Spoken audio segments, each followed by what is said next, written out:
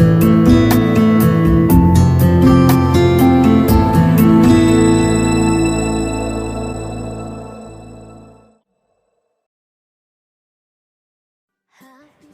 दोस्तों, आज हम आपको बताने वाले हैं कुछ ऐसे कार्य जो अगर आप अपनी जन्मदिन की तिथि पर करेंगे तो आपका पूरा साल सुख से बीतेगा और आपकी काफ़ी परेशानियां ख़त्म हो जाएंगी दोस्तों।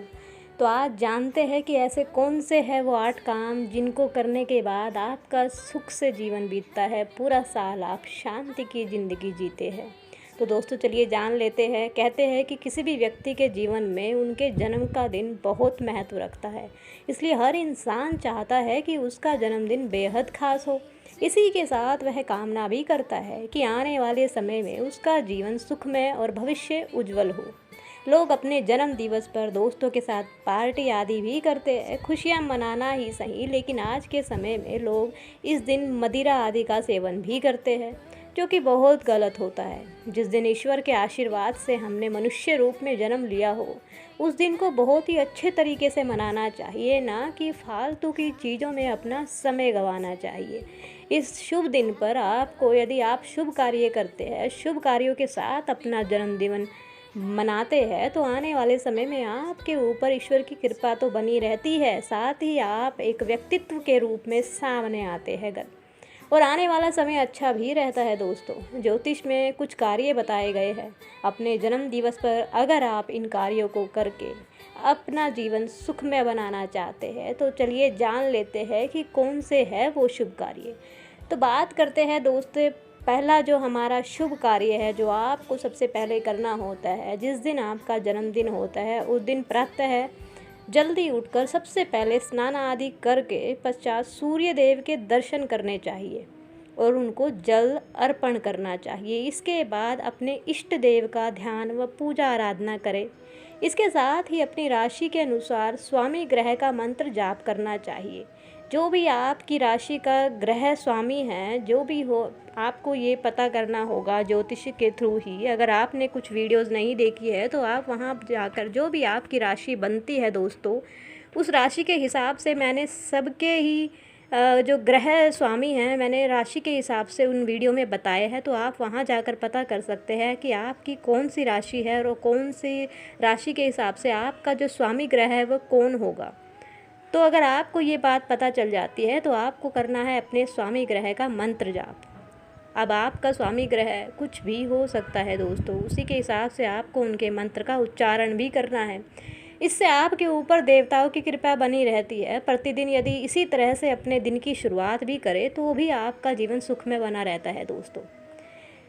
दूसरी बात करते हैं कि आपके जन्म दिवस पर आपको सुबह उठकर सबसे पहले नहाने के बाद बड़े बुजुर्गों का आशीर्वाद लेना चाहिए। अपने इष्ट देव की पूजा आराधना करने के बाद अपने से बड़े माता पिता, बुजुर्गों व गुरु का आशीर्वाद लेना चाहिए। व्यक्ति को अपने जीवन में अगर सफलता करनी है, सफलता को हासिल करना है, तो सदैव अपने बड़े बुजुर्गों का आशीर्वाद लेना चाहिए दोस्तों।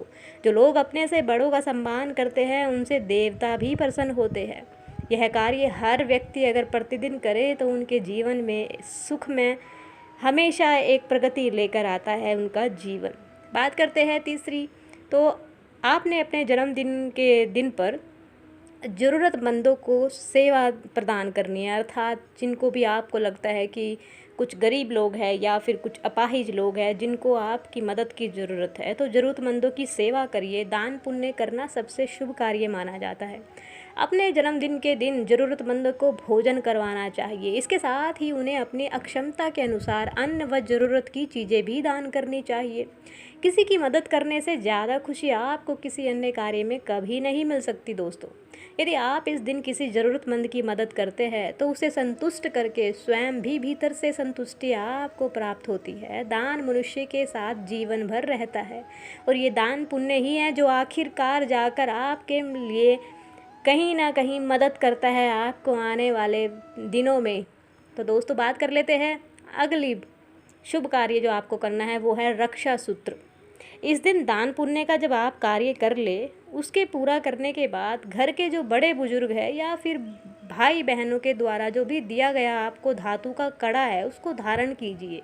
अगर ऐसा नहीं है तो आप अपनी राशि के स्वामी ग्रह का नाम का जो रक्षा सूत्र है अपने हाथ में बांधें। अब आपको वो रोली लेनी है, रोली का जो भी है आपको अपने स्वामी, जो आपका स्वामी ग्रह है आपकी राशि का, उसका मंत्र का जाप करके उस धागे को अपनी हाथ में आपने बांधना है, बाजू में यानी कि आपने बांधना है। माना जाता है कि यह आपको बुरी नज़र से बचाएगा और आने वाली समस्याओं से भी आपको बचा कर रखेगा। बात कर लेते हैं अगले शुभ कार्य की कि इस दिन आपको करनी है ग्रहों की पूजा। प्रत्येक व्यक्ति के जीवन में ग्रह का बहुत ही महत्व होता है। अपने जन्म दिवस के मौके पर आप अशुभ ग्रह से संबंधित दान आदि भी कर सकते हैं या फिर इसके निमित्त पूजन व जाप भी आपको कर लेना चाहिए। इससे आपके अशुभ ग्रह अनुकूल होते हैं और आपके जीवन से समस्याएं दूर होती है। दोस्तों, जैसा कि आपने सुना ही होगा कि कभी कभी हम लोग सुनने में हमारे आता है कि हमारा शनि अच्छा नहीं चल रहा है या हमारा बुध अच्छा नहीं चल रहा है या फिर कहिए हमारा शुक्र देव अच्छा नहीं चल रहा है। तो अगर आपको भी लगता है आपके भी देव, आपके भी ग्रह है रुष्ट, तो इस दिन आपको उनको मनाना चाहिए, उनका पूजा पाठ, उनका जाप करना चाहिए। ऐसा करने से आपके जो ग्रह है, अशुभ जो ग्रह है, वो अनुकूल भी होंगे और आपके जीवन में समस्याएं भी दूर होने लगेगी। दोस्तों, बात करते हैं अगले शुभ कार्य की। तो अगला जो शुभ कार्य है, इस दिन आपको करनी है पशुओं की सेवा। अपने जन्मदिन के मौके पर पशुओं की सेवा अवश्य करनी चाहिए। जो लोग अपने मन में पशु पक्षियों के प्रति दया भावना रखते हैं, उनके प्रति मन में प्यार रखते हैं, तो उन्हें भोजन कराते हैं, उनके ऊपर देवताओं की कृपा हमेशा बनी रहती है।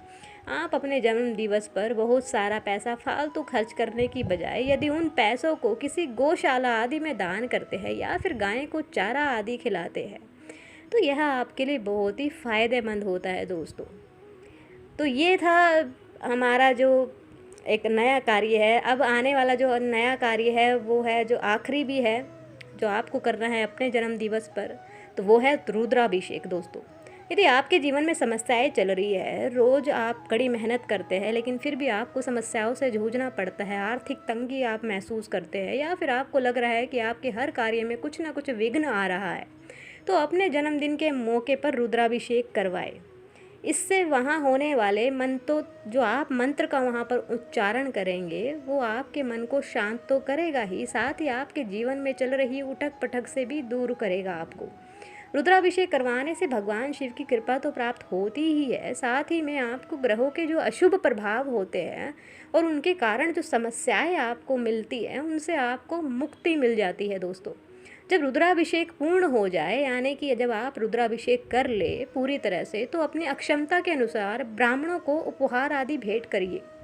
जितना आपसे बन पड़ता है उतना आप ब्राह्मणों को भेंट कर सकते हैं। इसी के साथ एक साबुत जो नारियल होता है उसको लेकर उसे अपने सर के ऊपर वार कर नदी में प्रवाहित करना बिल्कुल भी मत भूले। दोस्तों, मान्यता है कि इससे धीरे धीरे आपका बुरा समय टल जाता है, क्योंकि जब भी आपको लगता है कि आपका समय सही नहीं है और काफ़ी चीज़ें आपकी मर्ज़ी के खिलाफ़ हो रही है, आप अच्छा कार्य कर रहे हैं लेकिन आपको उसके अच्छे फल नहीं मिल रहे हैं, तो इसे करने के बाद आपको कहीं ना कहीं बहुत फ़ायदा मिलने वाला है। दोस्तों, तो ये था आखिरी वो शुभ कार्य जो आपको करना है अपने जन्म दिवस पर, और ये कार्य करने के बाद आपको देखना इसके बहुत ही पॉजिटिव परिणाम आपको सामने देखने को मिलेंगे। दोस्तों, तो याद रखिएगा, अब जिस दिन भी आपका जन्मदिन आने वाला है उस दिन आपको करने हैं ये वाले शुभ कार्य, क्योंकि यही है वो कार्य जो आपको आने वाले साल में खुशियाँ देंगे। जो आपकी आर्थिक समस्याएं, जो घर की समस्याएं या फिर कहिए कि जो भी प्रॉब्लम आपकी लाइफ में चल रही है वो धीरे धीरे दूर हो जाएगी। दोस्तों, तो करना मत भूले। दोस्तों, अगर आपको ये वीडियो अच्छी लगी हो, इसमें कही हुई हर जानकारी आपको अच्छी लगी हो, तो दोस्तों वीडियो को लाइक करना ना भूले। कमेंट करके मुझे ज़रूर बताएं। अगर आपके मन में कोई भी डाउट है तो आप मुझे कमेंट करके बता सकते हैं। दोस्तों, साथ ही वीडियो को शेयर करना मत भूले और चैनल को सब्सक्राइब कर ले, क्योंकि आने वाली ही कुछ वीडियो में आपको ऐसी ही कुछ इम्पोर्टेंट बातें हैं जो मिलती रहेंगी, जो आपको जीवन में आपकी मदद करने में हमेशा आगे रहेंगी। दोस्तों, तो चलते हैं दोस्तों और मिलते हैं आपको नई वीडियो के साथ।